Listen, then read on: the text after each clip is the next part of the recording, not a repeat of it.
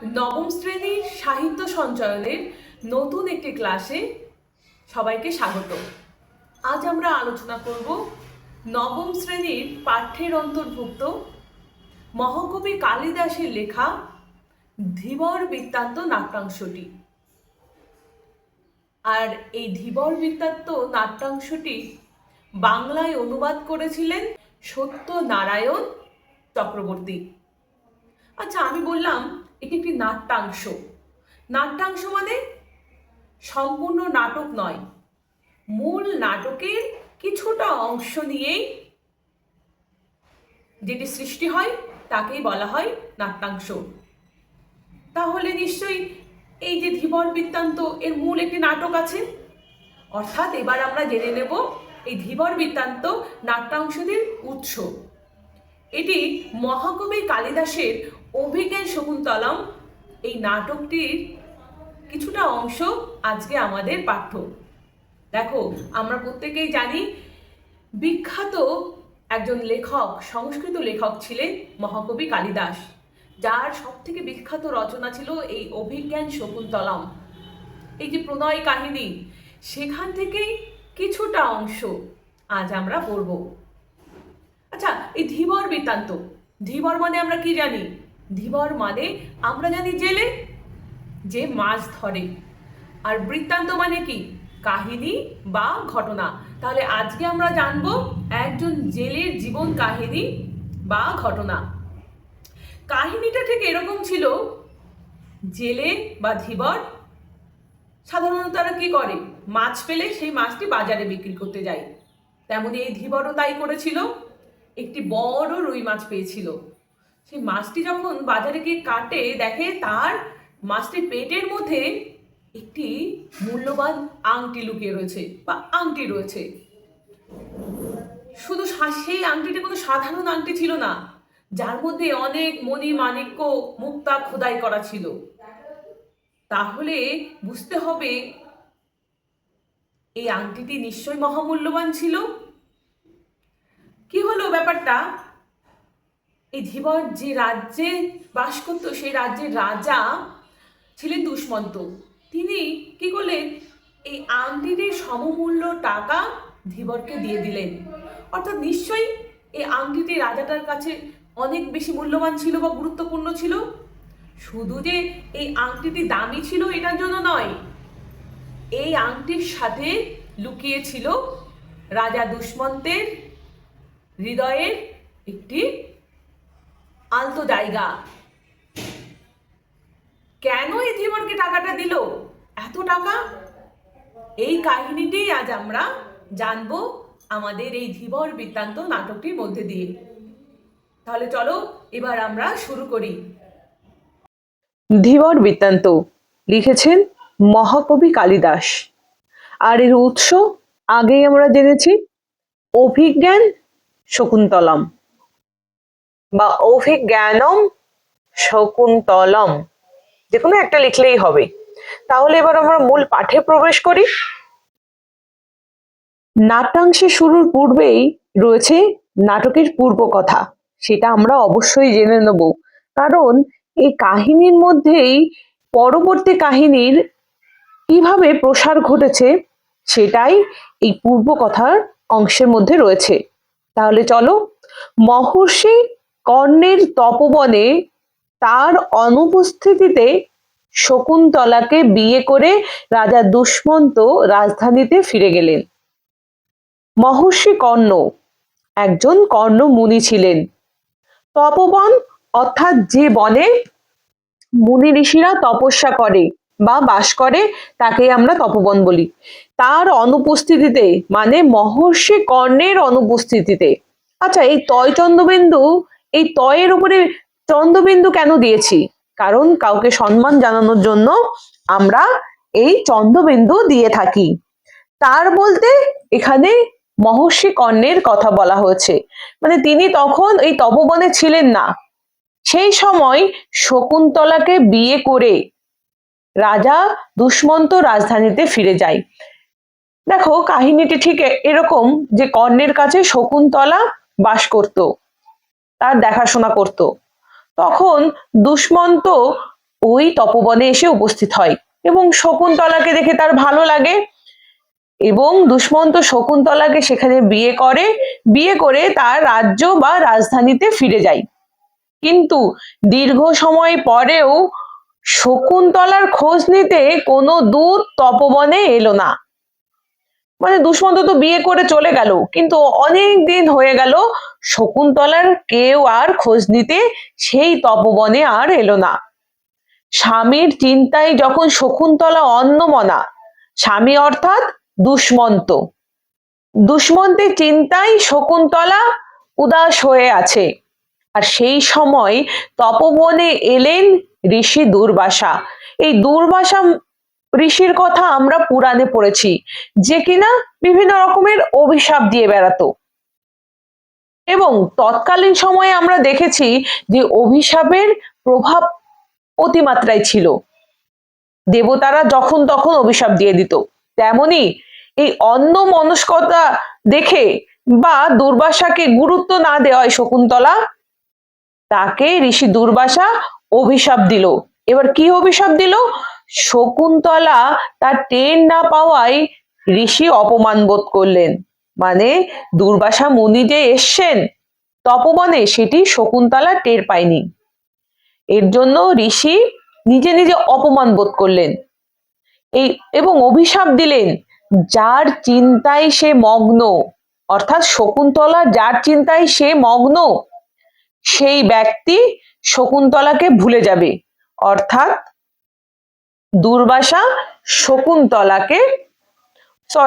দুষ্মন্ত শকুন্তলাকে ভুলে যাবে, সেই কথাই বলেছেন বা সেই অভিশাপটি দিয়েছেন। শেষ পর্যন্ত সখী প্রিয়ংবদার অনুরোধে, মনে রাখবে শকুন্তলার সখী ছিল প্রিয়ংবদা, পরীক্ষায় আসতে পারে যে শকুন্তলার সখীর নাম কি? প্রিয়ংবদার অনুরোধে ঋষি বললেন যে, মানে এই ঋষি দুর্বাসাকে প্রিয়ংবদা অনেক অনুনয় বিনয় করলেন। করার পরে তিনি বললেন, কোনো নিদর্শন দেখাতে পারলে, মানে শকুন্তলা তার স্বামীর দেওয়া কোনো নিদর্শন দেখাতে পারলেই তবেই শকুন্তলা এই শাপের প্রভাব থেকে মুক্ত হবে। তাহলে কি শাপ দিয়েছিল? যে যার চিন্তায় শকুন্তলা অন্যমনা, সে শকুন্তলাকে ভুলে যাবে। কিন্তু এই শাপের প্রভাব থেকে কিভাবে মুক্ত হবে? যদি তার দেওয়া কোনো নিদর্শন তাকে দেখাতে পারে, তবে এই শাপের প্রভাব থেকে শকুন্তলা মুক্ত হবে। দুষ্মন্ত রাজধানীর উদ্দেশ্যে বিদায় গ্রহণের সময় শকুন্তলা যে আংটি পরিয়ে দিয়েছিলেন, সখীরা মনে করলেন সেই আংটিটাই হবে ভবিষ্যতের স্মারক চিহ্ন। অর্থাৎ শকুন্তলাকে যখন বিবাহ করে, তারপরে বিবাহ করে দুষ্মন্ত শকুন্তলার উদ্দেশ্যে একটি আংটি দিয়েছিলেন। তখন শকুন্তলা যে সখীরা ছিল তারা মনে করেছিল এই আংটিটাই হবে ভবিষ্যতের স্মারক চিহ্ন, অর্থাৎ যে নিদর্শন দেখানোর কথা বলেছিলেন, এই আংটিটি নিয়েই শকুন্তলা দুষ্মন্তর কাছে যেতে পারবে। তারপরে রয়েছে মহর্ষি কর্ণ তীর্থ থেকে ফিরে শকুন্তলাকে পতিগৃহে পাঠানোর আয়োজন করে, অর্থাৎ দুষ্মন্তর কাছে পাঠানোর ব্যবস্থা করে। দুষ্মন্তের সমীপে উপস্থিত হলে তিনি শকুন্তলাকে চিনতে আর পারেননি। মানে দুর্বাসার যে শাপ সেটি কাজে লেগে গেছিল। দুষ্মন্তর কাছে শকুন্তলা যায়, কিন্তু দুষ্মন্ত শকুন্তলাকে কোনোভাবেই আর চিনতে পারেনি। এদিকে যখন পথে, মানে দুষ্মন্তের কাছে যাওয়ার পথে শচী তীর্থে স্নানের পর কি করে? শচী তীর্থে স্নান করে, তারপর অঞ্জলি দেওয়ার সময় হাত থেকে খুলে পড়ে গেছে শকুন্তলার হাতের আংটিটি। এই লাইনটা খুব ভালো করে মনে রাখবে। শকুন্তলা তার স্বামীর কাছে বা স্বামীর রাজসভায় অপমানিত হলেন। ঘটনাক্রমেই সেই আংটিটি পেল একজন ধীবর, অর্থাৎ জেলে। এবার আমরা মূল নাটকে প্রবেশ করব। সেখানে নগর রক্ষার কাজে নিযুক্ত এক রাজশ্যালক রয়েছে, ধরো একটা মঞ্চ, সেখানে রয়েছে নগর রক্ষায় নিযুক্ত রাজশ্যালক এবং রয়েছে পিছনে হাত বাঁধা অবস্থায় একজন পুরুষ, যাকে নিয়ে রয়েছে দুজন রক্ষী। অর্থাৎ রক্ষী কাদের বলি?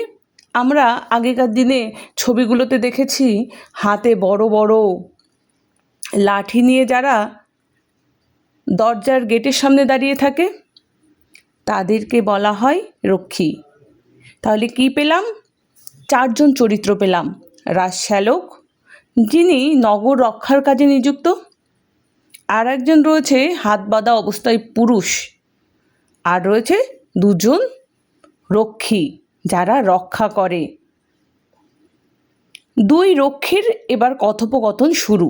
দুই রক্ষী বলছে, তাড়না করে বলছে, ওরে বেটা চোর, বল মণিখচিত রাজার নাম খোদাই করা এই আংটিটি তুই কোথায় পেলি? পুরুষ, এখানে পুরুষ বলতে কাকে বোঝাচ্ছে বলো তো? এখানে পুরুষ বলতে বোঝাচ্ছে ধীবরকে। এই ধীবর ভয় পাওয়ার অভিনয় করে, মানে ধীবর ভয় পাচ্ছে, বলছে আপনারা শান্ত হন, আমি এরকম কাজ অর্থাৎ চুরি করিনি। প্রথম রক্ষী বলছে, তবে কি তোকে সৎ ব্রাহ্মণ বিবেচনা করে রাজা এটা দান করেছে? আমরা আগে জেনেছি যে রাজা ধীবরকে টাকা দিয়েছে একটি আংটির জন্য। এই যে আংটিটি ধীবরের কাছে পাওয়া গেছে, এটা নিয়ে প্রথমে লোকে সন্দেহ করেছে, সন্দেহ করে তাকে এই রাজশ্যালক এর কাছে দিয়ে দিয়েছে এবং তাকে আটকে রাখা হয়েছে যে এই আংটিটি পাওয়ার ব্যাপারে ধীবর বা পুরুষ যে কথা বলছে সেটা কি আদৌ সত্যি নাকি সে বানিয়ে বলছে। যতক্ষণ না রাজার আদেশ আসে ততক্ষণ তাকে এভাবেই আটকে রাখা হবে। তাই দুই রক্ষীর মধ্যে প্রথম রক্ষী বলছে, পুরুষ যখন বলছে যে আমাকে ছেড়ে দাও, আমি চুরি করিনি, তখন প্রথম রক্ষী বলে, ব্যঙ্গ করে বলে যে তোকে তাহলে কি আমরা সৎ ব্রাহ্মণ বিবেচনা করে রাজা কি এটা তোকে দান করেছে? পুরুষ অর্থাৎ ধীবর তখন বলে, আপনারা অনুগ্রহ করে শুনুন, আমি একজন জেলে, শকরাবতারে আমি থাকি। বলছে আমি একজন তো জেলে, আমি মাছ ধরি এবং আমার বাসস্থান শকরাবতার। তাহলে কি পুরুষের পেশা কি ছিল? সে ছিল জেলে, তার বাসস্থান ছিল শকরাবতারে। আবার দ্বিতীয় রক্ষী বলে, বেটা বাটপার, আমরা কি তোর জাতির কথা জিজ্ঞাসা করছি? তাকে হেয় করে বলে, বেটা বাটপার, তোর জাতি জাতপাত আমরা কি কিছু জিজ্ঞাসা করেছি? শ্যালক তখন বলে, সূচক, অর্থাৎ সূচক হচ্ছে এখানে প্রথম রক্ষী, একে পূর্বাপর সব বলতে দাও, অর্থাৎ প্রথম থেকে শেষ পর্যন্ত সবটাই বলতে দাও, মধ্যে বাধা দিও না, মাঝখানে তুমি বাধা দিও না। আবার দুই রক্ষী বলেন, তা আপনি যা আদেশ করেন, অর্থাৎ শ্যালকের উদ্দেশ্যে বলছেন দুই রক্ষী যে আপনি যা আদেশ করেন। বল কি বলছিলে? পুরুষ, আমি জাল, বড়শি ইত্যাদি নানা উপায়ে মাছ ধরে সংসার চালাই। আমরা জানি এই পুরুষের পেশা ছিল জেলে, তার কাজ ছিল জাল, বড়শি ইত্যাদির মাধ্যমে মাছ ধরা, আর এটার মধ্যে দিয়েই সে সংসার চালায়। শ্যালক হেসে বলে, তা তোর জীবিকা বেশ পবিত্র বলতে হয় দেখছি।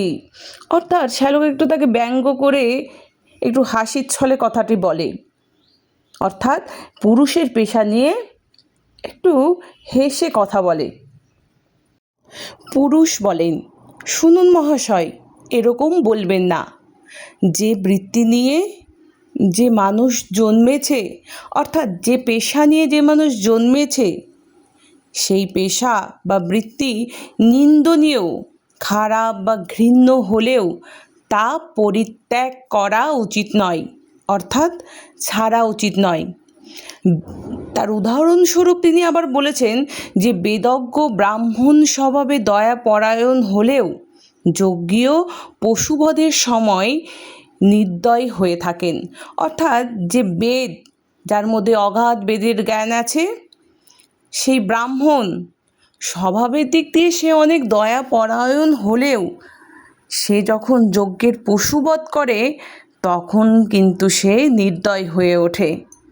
শ্যালক বলে, তারপর পুরুষ একদিন, এবার পুরুষ বলবে যে কিভাবে সে আংটিটি পেয়েছিল, সেই কাহিনীটি এবার সে জানাবে। একদিন একটা রুই মাছ যখন আমি খণ্ড খণ্ড করে কাটলাম, তখন সেই মাছের পেটের মধ্যে মণিমুক্তার ঝলমলে এই আংটিটা দেখতে পেলাম।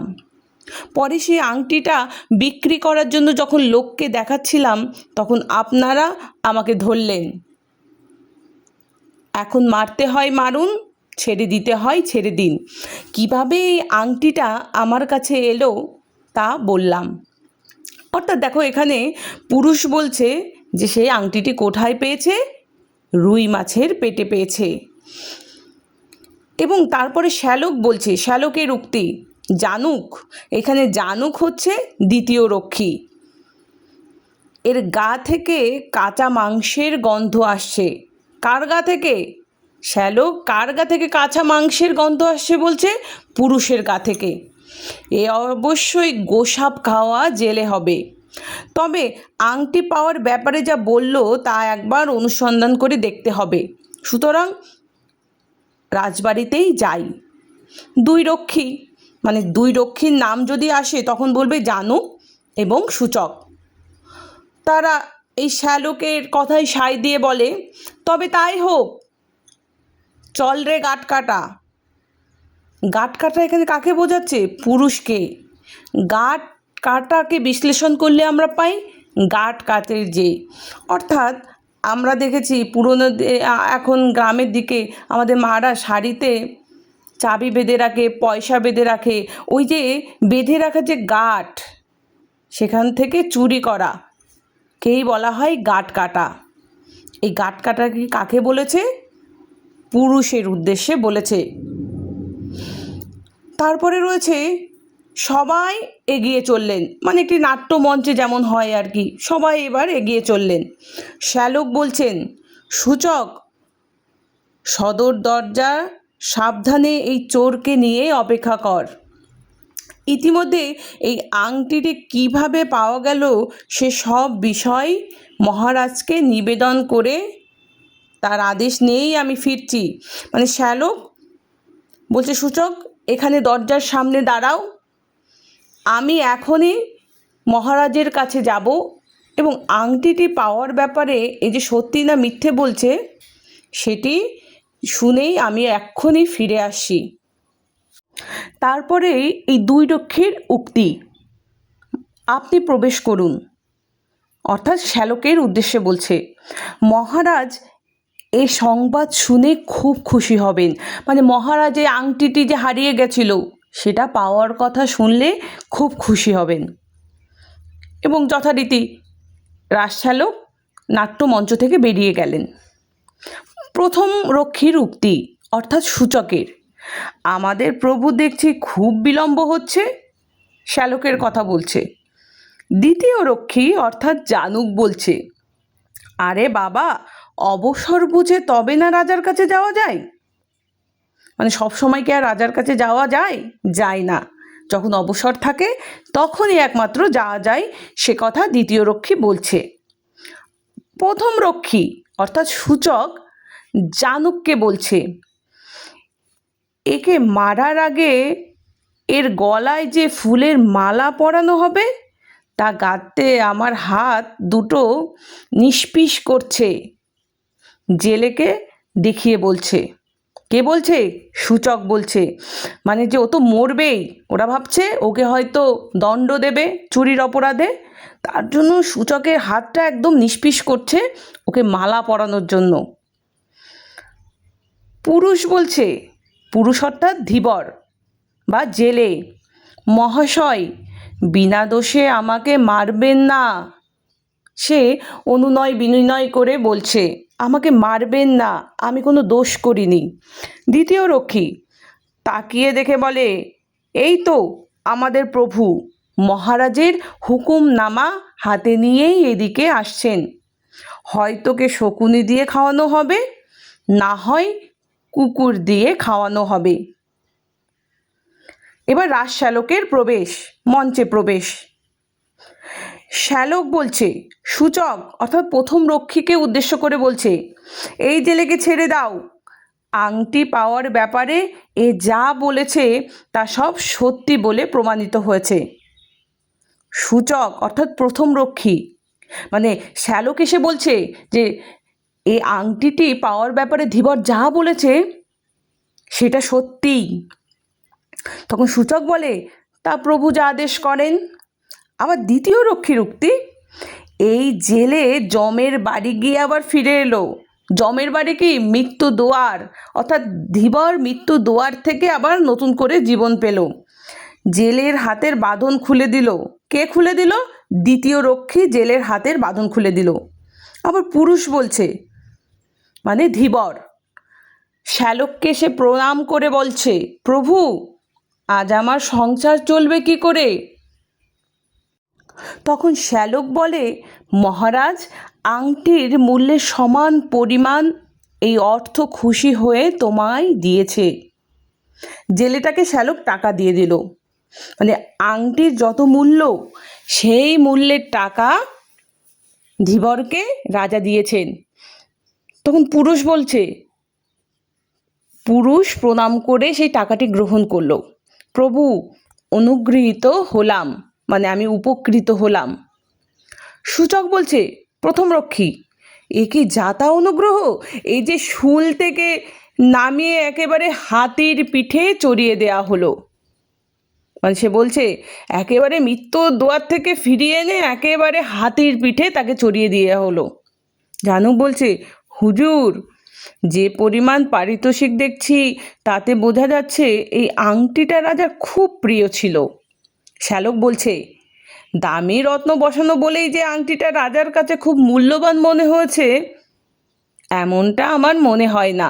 সেই আংটিটি দেখে মহারাজের কোনো প্রিয়জনের কথা মনে পড়েছে। অর্থাৎ দেখো, আমরা নাটকের সূচনাতেই পড়েছি, পূর্ব কথায় পড়েছি যে শকুন্তলার হাত থেকে আংটিটি হারিয়ে গেছিল। শকুন্তলা এই রাজধানীতে দুষ্মন্তের কাছে এসে স্মারক চিহ্ন দেখাতে পারেনি, তার জন্য দুষ্মন্ত শকুন্তলাকে অস্বীকার করেছিল। কিন্তু যখন এই আংটিটি দুষ্মন্ত দেখল তখন পুনরায় শকুন্তলার কথা মনে পড়ল। বোঝা গেল কাহিনীটি কিভাবে আস্তে আস্তে ধীরে ধীরে এগোচ্ছে। স্বভাবত গভীর প্রকৃতির হলেও, মানে দুষ্মন্ত রাজা গম্ভীর প্রকৃতির হলেও মুহূর্তের জন্য রাজার বিহ্বলভাবে চেয়ে রইলেন এই আংটিটির দিকে। অর্থাৎ আংটিটি শুধুমাত্র রাজার যে প্রিয় দামি বলে নয়, আংটিটি দেখে তার একজন প্রিয়জনের কথা মনে পড়ে গেছিল, সেটাই এখানে বলছে শ্যালক। সূচক, তাহলে আপনি মহারাজের একটা সেবা করলেন বলতে হয়। সূচক ধীবরকে বলছেন, তাহলে আপনি একটি মহারাজের সেবাই করলেন। আর জানুক বলছে, তার চেয়ে বলো এই জেলের সেবা করলেন। জেলেকে হিংসা ভরা দৃষ্টিতে দেখলেন। কে দেখলেন? জানুক। পুরুষ বলছেন, মহাশয় এই পারিতোষিকের অর্ধেক আপনাদের ফুলের দাম হিসাবে দিচ্ছি।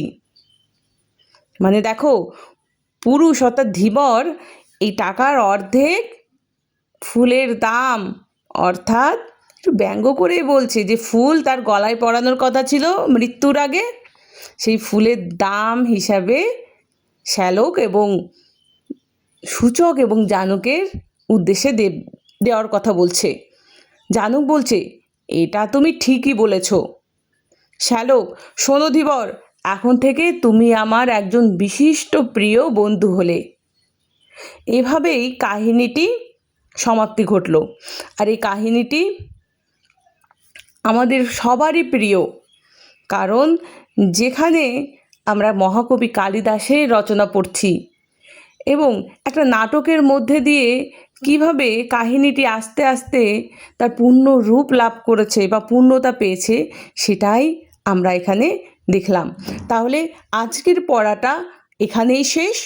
পরের ক্লাসে তোমরা দেখতে পাবে এই ধীবর বৃত্তান্ত কাব্যের সমস্ত এমসিকিউ যত ধরনের থাকে বা এসএকিউ সব প্রশ্ন পরের ক্লাসেই পাবে।